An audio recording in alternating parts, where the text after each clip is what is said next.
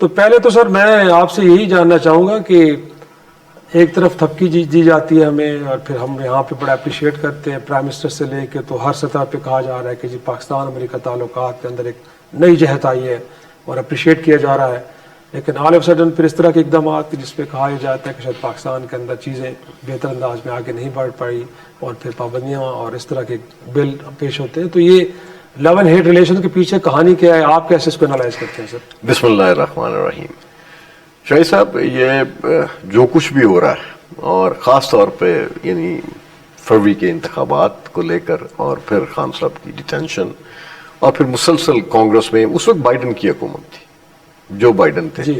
جن پہ سائفر کا الزام بھی لگایا خان صاحب کی طرف سے کہ سائفر آیا تھا ان کی وجہ سے جی کہا گیا کہ انہوں نے حکومت ان کی گرائی. جی انہوں نے ان کی حکومت گرائی. لیکن ان کی حکومت میں ہی امریکہ میں پاکستانیوں نے، ایکسپرٹس نے ایک لابنگ کی، جس سے 2 وہاں پہ قراردادیں پیش ہوئیں، اور جس میں بائی پارٹیزن تھا، اوور ویلم، اب منظور ہو گئی. لیکن اس پہ بائیڈن ایڈمنسٹریشن نے کچھ نہیں کیا، کیونکہ وہ ایک یعنی وہ نشاندہی کرتا ہے کہ وہ غالباً ان کی کنسنٹ شامل تھی اس سارے معاملے میں. صحیح. اور ابھی جو یہ بل آیا ہے، اس بل پہ میں کچھ عرض کرنے سے پہلے میں تاریخ کے ان واقعات کی کچھ مماثلت دیکھ رہا ہوں. جب رشیا نے انویڈ کیا افغانستان میں، تو اس وقت بھی ایک ولسن تھے کانگریس مین. جی وہ ڈیموکریٹ چارلی ولسن تھے. اچھا. ریگن ریپبلکن ایڈمنسٹریشن تھی، ریگن ایڈمنسٹریشن تھی. اور جس طرح سے اس ولسن نے کام کیا، یعنی صدر رونالڈ ریگن کو نہ صرف قائل کیا، بلکہ وہ امداد پہ اور مجاہدین کا اور وہ جہاد کا وہ جو کانسیپٹ تھا، اس کو انہوں نے بالکل انجیکٹ کیا، اور وہ جہاد آج تک چل رہا ہے. آج ایک پھر ولسن ہے، اور یہ جو ولسن ہے یہ کمال کے ولسن ہے. ان سے ہمارے وزیر خارجہ، وزیر داخلہ ملتے ہیں تو وہ آفس سے باہر نکلتے ہیں، وہاں سے ایک ٹویٹ نکلتا ہے. تو یہ چیزیں مطلب میں اس کو سیریسلی دیکھتا ہوں. پھر ابھی جو ایشیا سینٹر کے مائیکل کوگل مین ہیں، انہوں نے کہا کہ ایک طویل مدت لے سکتا ہے، اور لیکن بہرحال یہ ایک بل ہے جو کانگریس میں ہو چکا ہے. تو اس پہ کیا ہوگا؟ اب دیکھیے، جب چیزیں ان آرڈر چل رہی ہیں تو پاکستان کو تو ہمیشہ کارنر کیا جاتا ہے. اور ہمارے ہاں پرابلم یہ ہے کہ ہم نے اپنا ڈپلومیسی جو ہے پاکستان کی، وہ پیس میل بیسس پہ رکھی ہے. ہمارے ہاں کوئی کنٹینیوٹی نہیں ہے. یعنی سنس وہ ہم نے امریکہ کو جھولی میں رکھ کے، پلیٹ میں رکھ کے دے دیا، کولڈ وار کی وکٹوریس بنا دیا، گلوبل ورلڈ آرڈر چینج کرنے میں پاکستان نے بہت بڑے سیکریفائسز دیے. اب اس کے نتیجے میں اس قوم کو کیا ملا؟ چند افراد تو اس کے بینیفیشری ہو گئے اس سسٹم کے، لیکن پاکستان کے عوام کو کیا ملا؟ پاکستان کے لینڈسکیپ کو کیا ملا؟ اور لیکن سر وہ تو کہا جاتا ہے 9/11 کے بعد جنرل مشرف نے کہا تھا کہ عالمی طاقت کو انکار کیا جا سکتا تھا. ہم نے اپنی فارن پالیسی کے اندر شفٹ لے کے آئے، اس پہ جن کو مجاہدین کہہ رہے تھے ہم ان کو ٹیررسٹ کہا.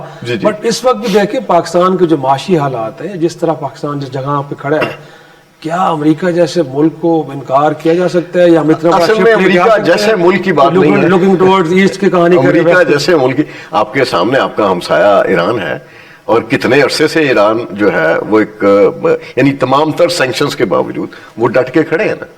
تو ان کا ایک اپنا موقف ہے.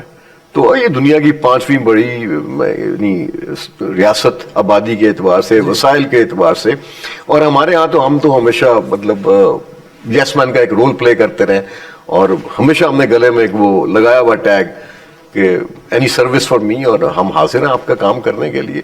تو اس سے تو قومیں آگے نہیں بڑھتی. اب جس مشکل میں اب ہم گھر گئے ہیں نا، ہم اپنے ہمسائے بدل نہیں سکتے ہیں. آپ اپنے گھر کو کہیں اور شفٹ نہیں کر سکتے ہیں.